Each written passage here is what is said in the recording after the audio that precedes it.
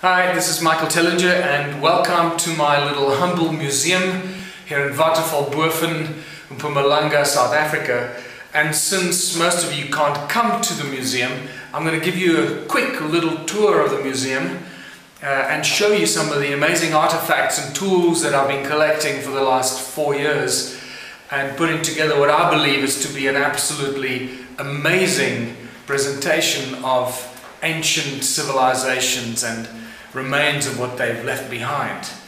So first of all, what is most interesting? Over here you see a whole bunch of stuff. The walls are filled with aerial photographs, most of which were taken already probably 20 years ago by Johann Heine and so forth. But for me, the really important stuff is in the stone tools and artifacts. Now, some of the tools and artifacts that I've picked up are really mind-blowing, but the first one that I ever collected was this one here. What looks like a Stone Age club from the Flintstones. And I actually personally drove over this a few times in the 4x4 before I realized that this was probably a valuable item, and I stopped and picked it up. It was only much later that I realized that these stones ring like bells. And just to show you, it all depends how you hold it.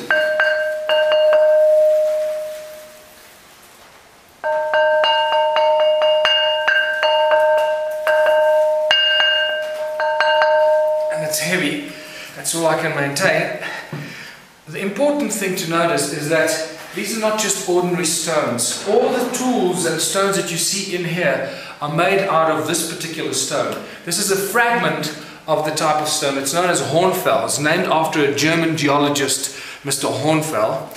As you can see, it's pitch black on the inside and it's extremely hard. You cannot break this. I tried to break some of these on top of the mountain when we were trying to do patina growth studies. I was going to send half of it to the laboratory and keep half of it exposed on the mountain so we could then compare the growth of the patina over a period of time. But unfortunately, the geological department at that particular university chose to not work with me because they thought I was crazy. So here we are, patina growth. Very important. Can you see this browny substance that grows on the side? That is known as the patina. And this particular patina grows very slowly. It's estimated at about 1,000 years per microscopic layer. So when you have a tool or an artifact like any one of these phallic stones, as you can see, here are 3 beautiful examples of stone phalluses that I've collected. And there are many more, but these are just some of the best examples. Once you can see that this one, for example, broke off at the back here, and you can see how the patina has grown back, and you can also see the thickness of the patina. Clearly, whoever made this a long time ago would have done it out of the raw rock, and you would have seen the black rock originally and not the patina. So the fact that these stone artifacts and tools are completely covered in the patina. I mean, here you can see it's completely covered. There's the phallus stone for you, both sides. You can't even see a piece of the original black stone underneath. This tells us that we're dealing with something extremely old. And here's the biggest one of them. This is a beautiful example of an old phallus artifact. What they were doing with these, I don't know, but nevertheless, there seem to be a lot of them around. Some of the phenomenal other items that I've picked up is this little carved stone. I have no idea what this is, but it seems like a little statuette or something that was used. I've asked various people in the department of arts, the arts departments at various universities, would this qualify to be called a statue? And the answer is most certainly yes. So I call this the oldest statue on earth because this is also way beyond 100,000 years old, based on the patina growth. All these artifacts I'm showing you here pretty much fall into the 100,000 year plus category. And since we know that humanity is only about 300,000 years old or slightly less, if this was made by humans, then this is probably going between 100 and 300,000 years based on the on our knowledge of our origins, and also now supported by the patina growth on some of these tools and artifacts. But then what becomes important, oh yeah, I'll also show you this. This was, I found the statue and this lying about 10 meters apart on one of the slopes that I was walking through. This is a very unusual item. I mean, look at this. It's absolutely amazing why anybody would want to sculpt or mold a stone into this kind of shape. Once again, note the patina, how thick the patina is. Originally it should have been that color, and it is now this color. So you can see how old this tool is. I don't know if it was inserted into something so that that would stick out. You now all know that I believe that these are just part of tools and artifacts that were used for creating Caesar technology, and I will show you now what I mean by that, using sound as a source of energy, like laser technology. But this is a spectacular artifact that I'm very, very proud of in my little possession. And then obviously it continues, as you can see here, the cone-shaped tools. These beautifully cone-shaped tools, these are not to stab or attack somebody with, as our historians and archaeologists would like to think. Here's a typical example of what archaeologists would refer to as a stone axe, a handheld axe from the so-called Stone Age era. You can see this is what you will find in most museums and examples of stone axes. The cone-shaped tools are something completely different, and that is the common denominator that you find in all these ancient ruins in southern Africa, in Zimbabwe, and so forth.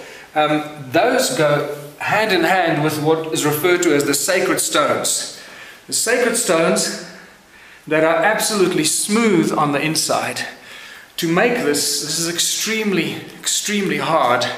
To make this kind of item with Stone Age tools, just with other stones, is not possible.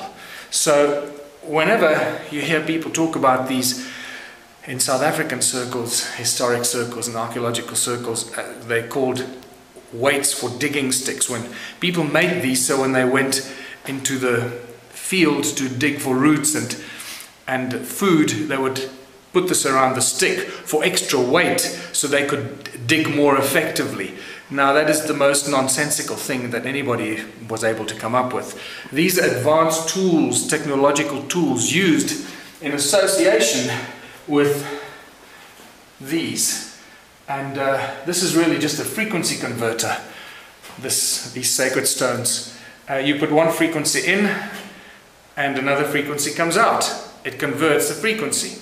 Telecommunications people today use tubes, pipes, to do exactly the same thing. It's called tubing in the satellite industry. They put a frequency, bring a frequency down from the satellite, put it through the tube or the pipe, and a different frequency comes out the other side. It's a very cheap and effective way of changing one frequency to another. Well, here you've got a frequency converter that's not going to break, will last forever. And that's why we have hundreds of thousands of these that have been found around southern Africa. And once again, if you compare the numbers of people that should have been living here during the Stone Age period compared to hundreds of thousands of these items, it just doesn't gel, does it? So we now know that this is an advanced tool using Caesar technology, and these cone-shaped tools, just like our friend Ed Leeds-Kalnin in Florida, when he built Coral Castle using ice cream cones in his hands. When the two boys saw him and reported to their parents that they saw the man lifting up the giant blocks using ice cream cones in his hands. Here you go. And this is also in a way reminiscent of the winged bird-like beings in the Sumerian culture, holding those pine cones in their hands while watering what seems to be a tree of life or something like that. So we've got a common denominator here of pine cones and cone-shaped tools and artifacts that now suggest that they used advanced technology, especially Caesar technology using sound. Now, the fact that I discovered that the stones ring like bells is a huge breakthrough, because that allowed me to realize that the reason why all these stone circles are a different shape, and there are more than 10 million. In fact, I now believe that there are probably as many as 20 million, if not more, of these, the more you look into it. But each one is completely unique, and the fact that they are unique represents, as you by now know, the cymatic patterns of the energy fields coming out of the ground. So let me also just show you how some of these other stones ring like bells.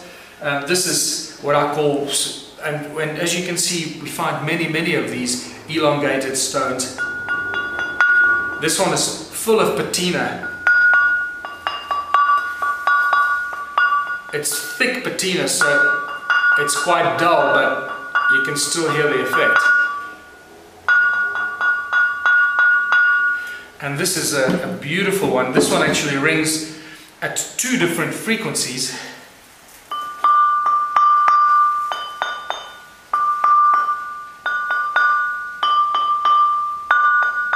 Dun dun dun, dun dun dun. You can hear the pentatonic scale there actually. It's beautiful.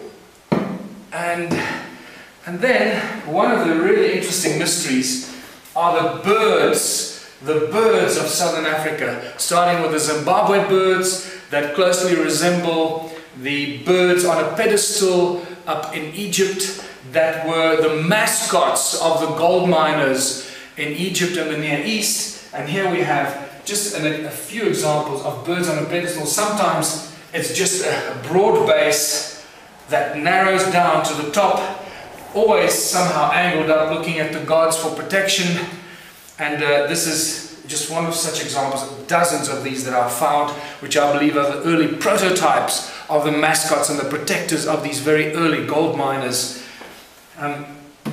This one was found in the middle of the Karoo while I was stopped to relieve myself while driving for hours and hours from Cape Town to Johannesburg. And this is what I found. Once you know what you're looking for, it's just spectacular what you find. And these bird-shaped stones are quite remarkable. Here's a latest one I found. And if you look online and you just Google Zimbabwe birds, you'll see how these resemble many of those. Well, there are only about 8 of those Zimbabwe birds, but they're spectacular. These being the very basic, I believe, prototypes of those that much later became refined in Zimbabwe. You'll also see on the Zimbabwe birds the 2 circles, just like on the birds from Egypt that are linked to the 5-pointed stars from Egypt. This, however, is my favorite one. Was actually spotted by Louise while we were driving down the mountain. I mean, look at this. Perfectly carved. I believe it was probably put in the ground, standing like this. It's just very heavy. And looking up at the sky for protection. What you notice is, look how red it is. It's completely red from the patina that has covered it in its original shape. It should have been black like the hornfell stone. But this is a very precious and priceless artifact that is lying here. And you can all come and see it. So, these are just some of the things in this museum. It's covered in priceless artifacts. Just might as well just show you these pointed tools. These pointed tools and stones are not just the little ones. Sometimes you get them in large. They're quite large. Look at this. Look at this one. And it looks also like it was inserted into something up to that point. And also, remember, they all ring like bells. This one is no exception.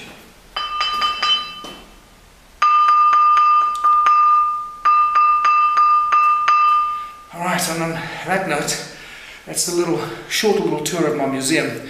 It normally takes at least 2 hours to go through here and explain a lot of the stuff, but just a quick introduction since you can't come here, and thanks for watching. Is in the stone tools and artifacts.